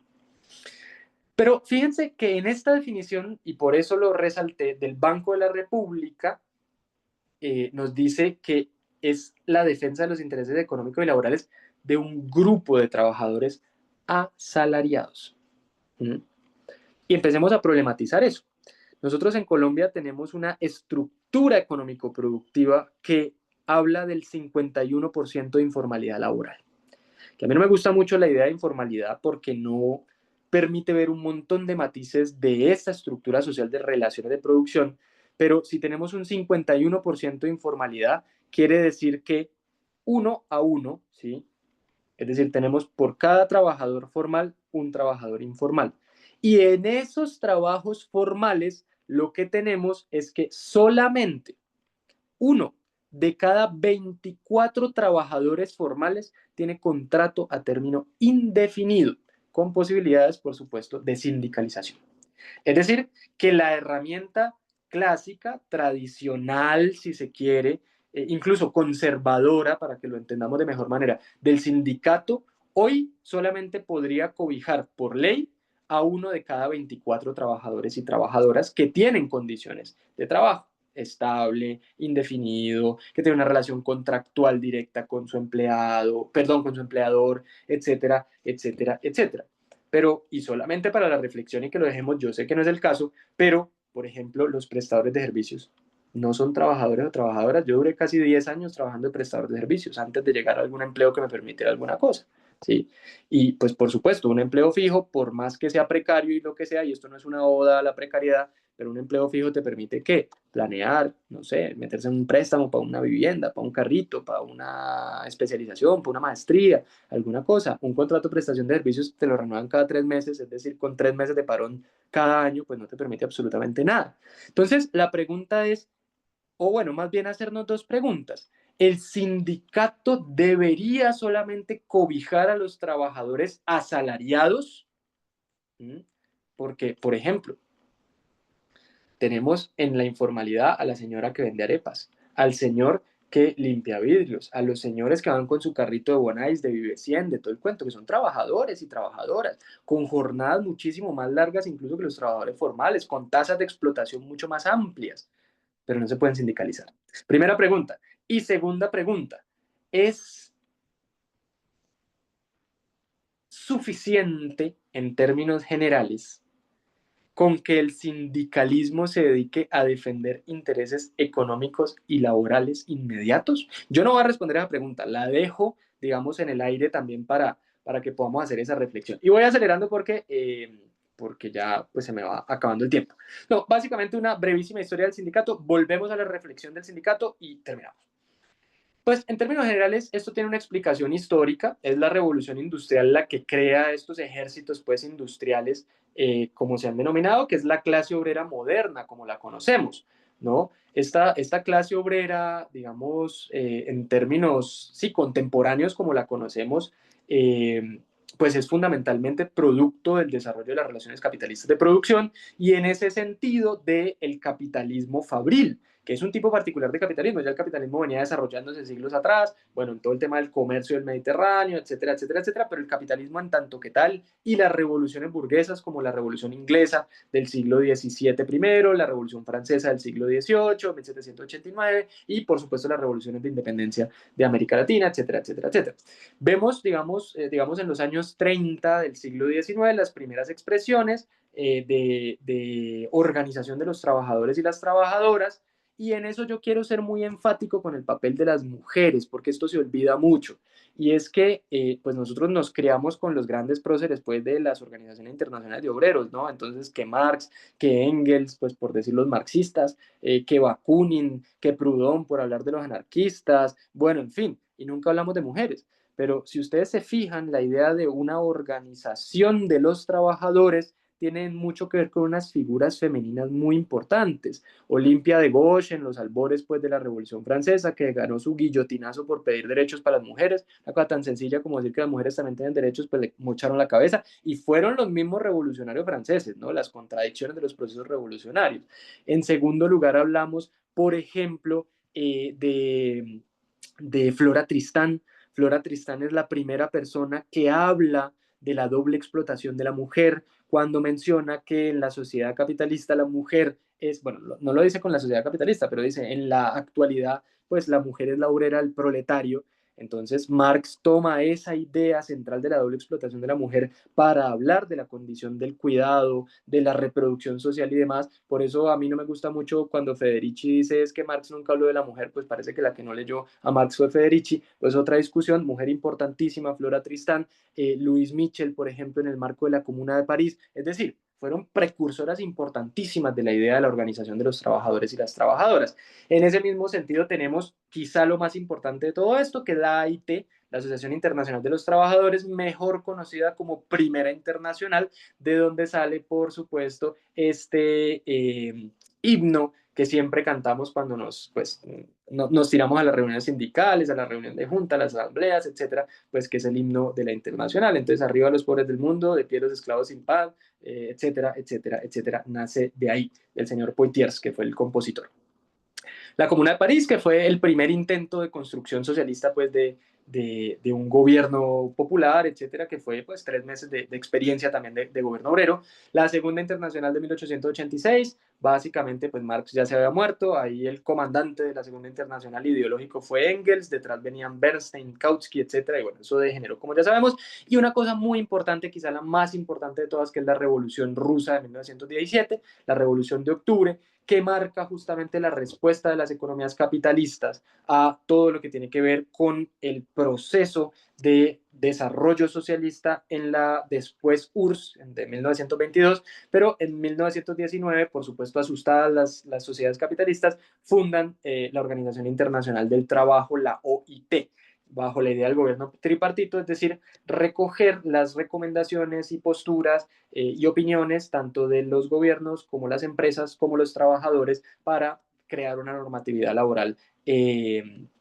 pues, vamos, yo no sé si digna, pero por lo menos menos precaria que como había. En Colombia, ¿esto cómo se traduce, compañeros y compañeras? En 1847 se ve la primera, quizá los historiadores pueden corregirme, pero quizá la más importante forma primigenia de organización de los trabajadores y trabajadoras, que fue la Sociedad de Artesanos de Bogotá. A mí esto me parece importantísimo, pero una cosa brutal, porque fíjense que mientras que en Europa la primera organización, digamos, internacional nace en 1864, ¿cierto? La AIT, pues en Colombia nosotros ya tenemos organizaciones de trabajadores.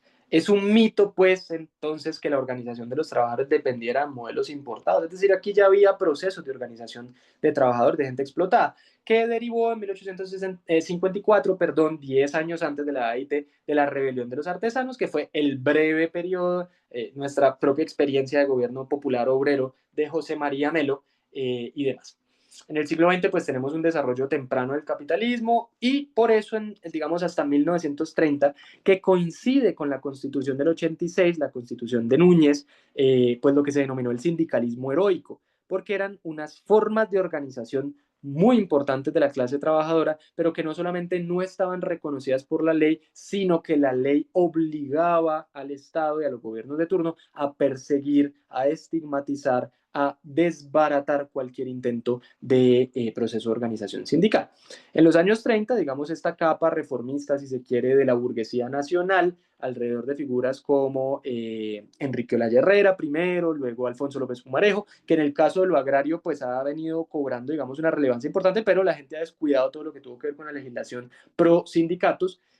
Pues empieza todo el proceso de reconocimiento. De hecho, la ley que les leía anteriormente, el 83 del 31, pues tiene que ver con ese reconocimiento en el gobierno en los gobiernos más bien de la República Liberal.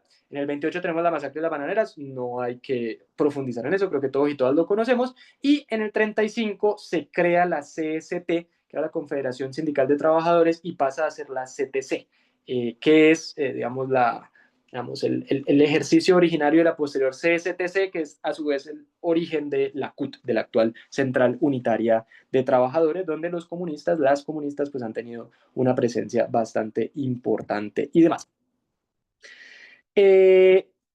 Finalizo con esto, compañeros y compañeras, para no extenderme mucho más en torno a estas reflexiones, y es la preparación ideológica, que es un poco el legado que nos hace Gramsci en este ejercicio, que tiene que ver, por supuesto, con los trabajadores y las trabajadoras.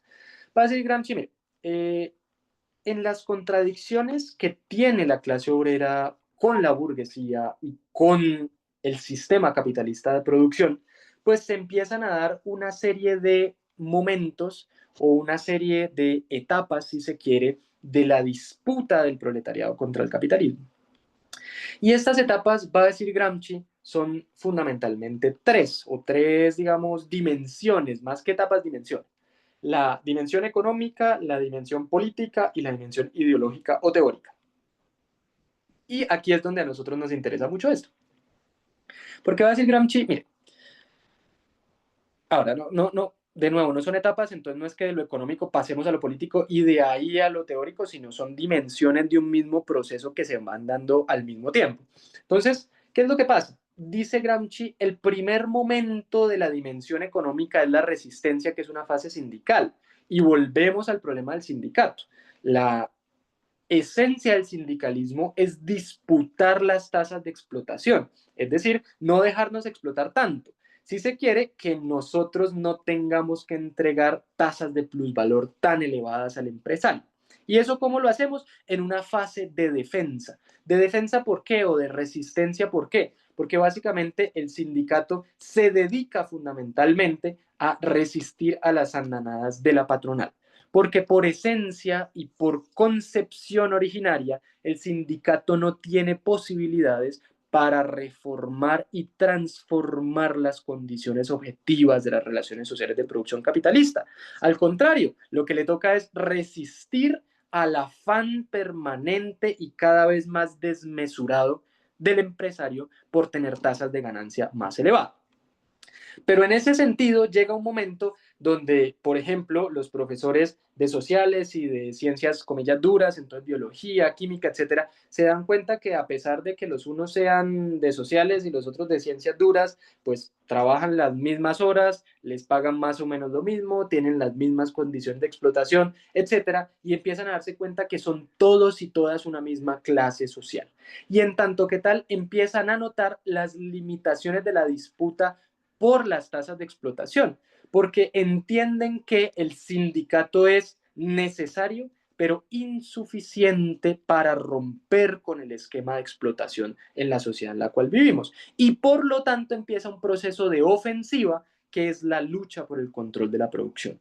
Es decir, los obreros luchando por hacer parte de la planificación y de la orientación de la conducción del proceso productivo.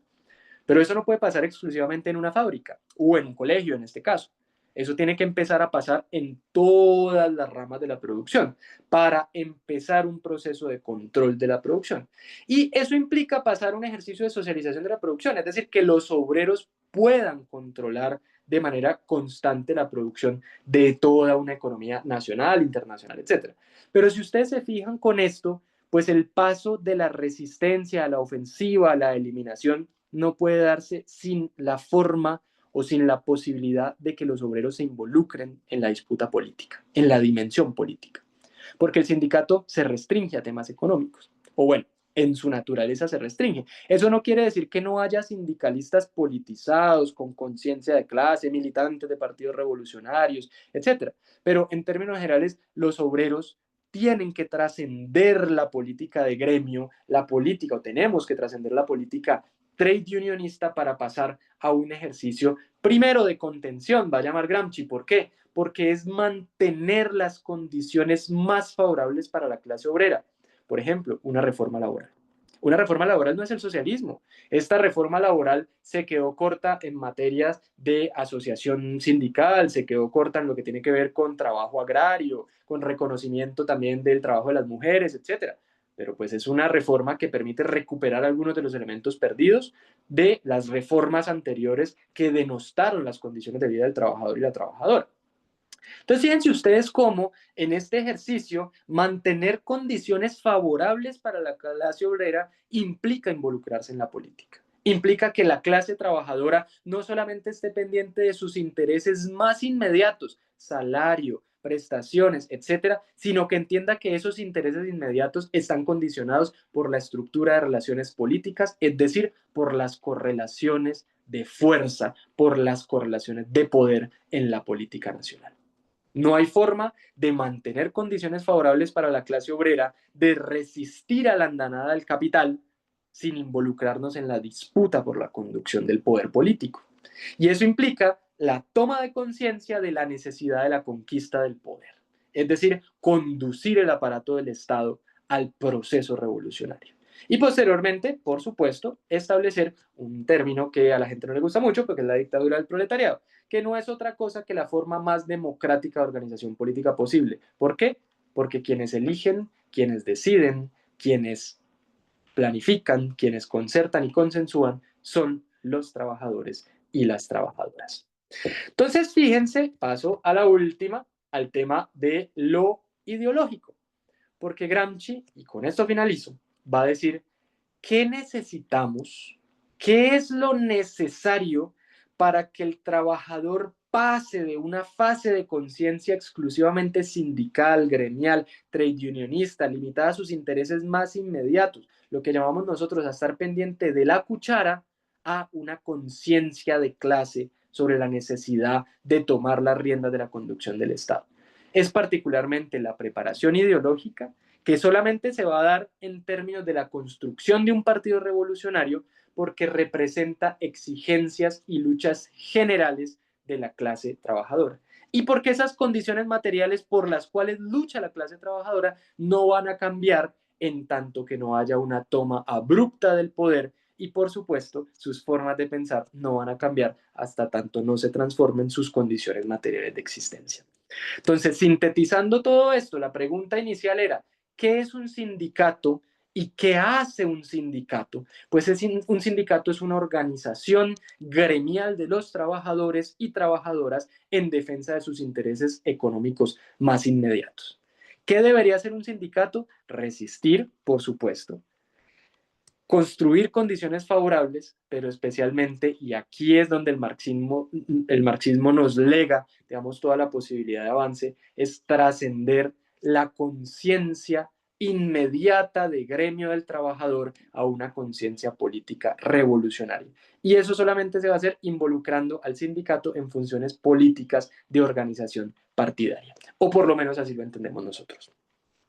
Vamos, yo sé que fue una vuelta muy larga, quizá quienes esperaban, no sé, legislación, formas de asociatividad, una charla, no sé, sobre negociación colectiva, la convención, el código sustantivo del trabajo, etcétera, pues lo siento, no la preparé por ese lado, pero creo que esto es un fundamento, por lo menos, para entender el papel histórico del sindicato, del sindicalismo, las limitaciones políticas que tiene, las limitaciones económicas que tiene y lo que debería ser el trabajo sindical, que es construir condiciones de organización y movilización para el grueso de los trabajadores y trabajadoras, con teoría al mando, que eso pues será otra discusión, otra charla, otra conversa, pero por supuesto que es el centro también de toda esta consideración sobre el sindicato. Yo lo dejo por ahí, Erwin y Ana María, y pues a los compañeros y compañeras les agradezco mucho el tiempo para escucharse el carretazo.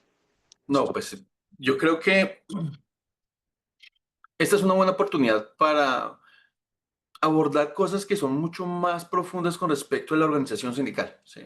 Porque la organización sindical, por su misma labor, muchas veces se termina cayendo en muchas cosas que son, mm, que no forman, ¿sí?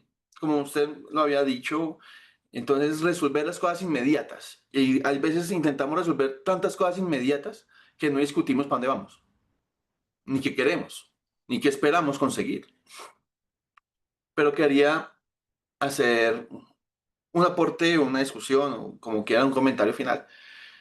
Y es que no se puede pasar por alto el papel del sindicato en algo que la gente tal vez no lo puede concebir o tiene dificultades. Sin el sindicato, sin el sindicato, no habría un pensamiento obrero de la administración, ¿sí? Es decir, si no fuera por FECODE, si no fuera por la ADE, si no fuera por otros sindicatos, por ejemplo, FECODE necesita hablar de educación, sí, pero también necesita hablar de salud y también necesita hablar de financiación y también necesita hablar sobre presupuesto. Es decir, los que están allí negociando, pues tienen que entender, ¿sí? Cómo funciona el Estado y cómo peleamos, ¿sí? Y es que si nosotros quitáramos el sindicato, la trayectoria de un obrero sería nacer, crecer, ir a la escuela hasta donde pueda, formarse en algo, ir a trabajar, así todos los días hasta el final. En cambio, en este caso con los sindicatos, pues las trayectorias de los obreros tienen un ligero cambio, por lo menos para unos pocos. Y es que pueden contribuir a la comprensión de la administración, porque efectivamente lo que deberíamos resaltar todas las veces es que la clase obrera necesita es el control o, en otras palabras, el poder, ¿sí? Y esa cosa solamente se consigue mediante el ejercicio del pensamiento y de la acción que tiene que ver con lo que estamos buscando, que es el poder, ¿sí? Yo no creo que deba extenderme más por el tiempo que está acá. Podría quedarme más tiempo, me podría quedar más tiempo, pero pues creo que no es posible. Entonces quiero terminar con dos cositas. Bueno, serían tres. La primera es recordarles que el próximo 24, el jueves 24, vamos a tener otra sesión Invitamos que otra vez participen de manera activa, que nos escuchen, que discutamos y que en esa reunión pues, se va a abordar qué son los derechos de carrera, qué son los beneficios que tiene el magisterio y cuáles son las bonificaciones. Eso sería el próximo jueves. La segunda cosa que quiero recordar es que por favor a los asistentes escriban su nombre y el colegio por el cual trabajan. Aquí leyendo el chat, algunas preguntas, por ejemplo, que si quedará grabado, queda grabado.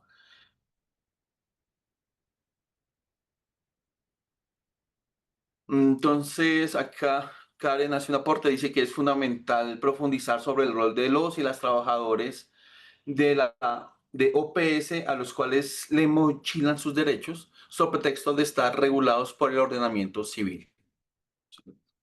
Y la tercera, y no sé si quiera decir algo más, Sergio, pero la tercera, pues agradecerle el tiempo y la profundidad con la que ha abordado esta inquietud que es fundamental,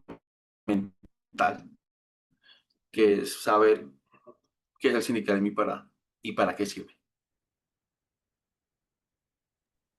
Sí, yo recojo la inquietud de Karen porque, bueno, digamos, de nuevo, esta es mi primera experiencia como trabajador, pues en términos de estabilidad laboral de verdad, ¿no?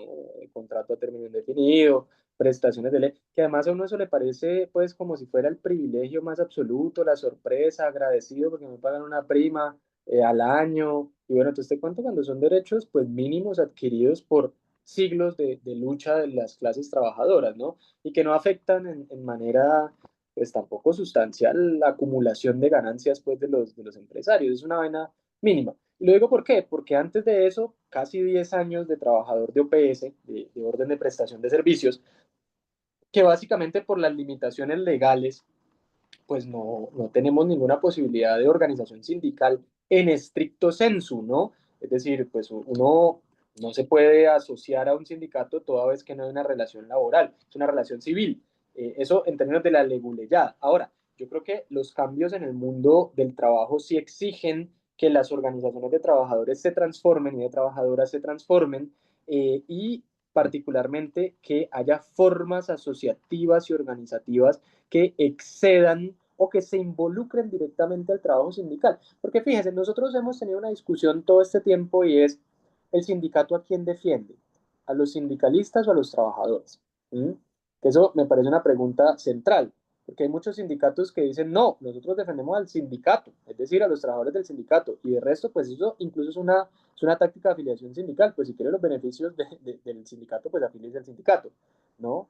Y en ese sentido, yo que creo sobre el tema OPS, digamos, ha habido experiencias muy relevantes en el último tiempo que se han permitido demostrar relaciones laborales en el marco de las OPS, que por supuesto a nosotros no nos tienen que demostrar nada porque nosotros sabemos que es una relación laboral, pero en términos de responsabilidad contractual y responsabilidad de la relación, pues eso es fundamental. Por ejemplo, una experiencia que me parece valiosísima es la ATI, la Asociación de Trabajadores Independientes, que nació de hecho allá en Bogotá, a la cual yo estuve pues vinculado durante un tiempo y demás, que empezó a organizar contratistas prestadores de servicios y vendedores y vendedoras informales. Entonces uno dice, pucha, sí se pueden organizar en términos estrictamente laborales y todo este tema de la Agencia Nacional de Tierras en la administración pues Harman ahorita, que tenían un montón de contratistas sin pago, que llevaban 5 meses sin salarios, etcétera, pues las demandas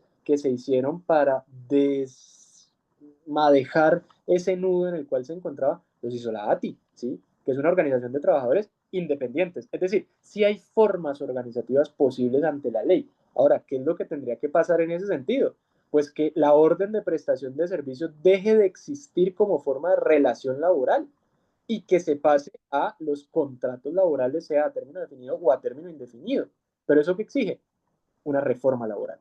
Una reforma laboral que exige también mayorías en un Congreso, que exige mayorías en el legislativo, que exige correlación de fuerzas en el Ejecutivo. Es decir, las condiciones materiales inmediatas del trabajador y la trabajadora dependen de su involucramiento en las disputas políticas por la contención de los arrebatos de la burguesía y por la posibilidad de mantener condiciones favorables en términos de su materialidad. Entonces, otra vez volvemos al tema. El sindicalismo tiene por esencia un fin económico gremial, pero tiene muchas posibilidades de convertirse en un actor político fundamental, incluso para este tema de las OPS. Y finalizo con esto y es lo que decía Erwin ahorita, claro, el llamado no es a no sindicalizarse, no es que el sindicato no sirva para nada, es al contrario, es el sindicato es el primer eslabón de construcción de conciencia de clase de la cotidianidad de los trabajadores y trabajadoras. Y a partir de ahí, de contener justamente esas arremetidas antisindicales, esas arremetidas contra los trabajadores, es que los trabajadores empiezan a justamente adquirir niveles de conciencia superiores. Eso sí, con una voluntad política de superar la práctica, de estar pendientes de lo urgente, nos olvidamos de lo importante, que es una cosa que nos pasa mucho en el ejercicio sindical. Entonces, que el compañero le llegó una denuncia de no sé qué, que se fue para descargo de sí más, entonces uno vaya y acompañe. Entonces, que la Junta tiene que hacer, bueno, no sé, cumplir la reunión semestral de, y no nos preguntamos si este sindicato qué quiere hacer, y este sindicato es patronal, este sindicato defiende la libertad de los trabajadores, etcétera, etcétera, etcétera. Y desafortunadamente hoy, pues el sindicalismo está en crisis, ¿no? En crisis ideológica, si se quiere, pues porque muchos de los cuadros sindicales pues son cuadros que exclusivamente están pensando es en las condiciones materiales de existencia, ¿no? ¿Qué cuentos de reformas? ¿Qué cuentos del proyecto de cambio? Nada, absolutamente nada, es cómo negocio un buen pliego. Entonces, bueno, ese tipo de reflexiones a la luz de, por supuesto, lo que tiene que ver con la conciencia de clase. Y yo lo recojo por ahí, por supuesto, resaltando, por eso la tesis inicial era, el sindicalismo es un indicador importantísimo de la democracia, pero no es suficiente para las transformaciones radicales. Es eso. Muchísimas gracias, Sergio. Creo que por ahí hoy quedamos perfecto, creo yo. Eh, Pensaría que ojalá fuera mucho más frecuente ese tipo de discusión y mucho más profunda, mucho más larga, acompañada con tinto o con comida, lo que sea, pero que se diera. Sí. Gracias, gracias. Muchas gracias, Sergio.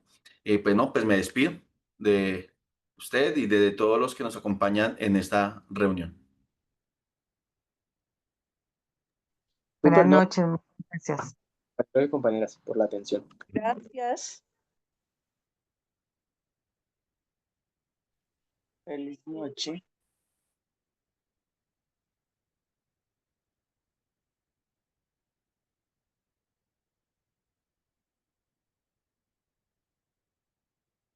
Ana María, ¿estás?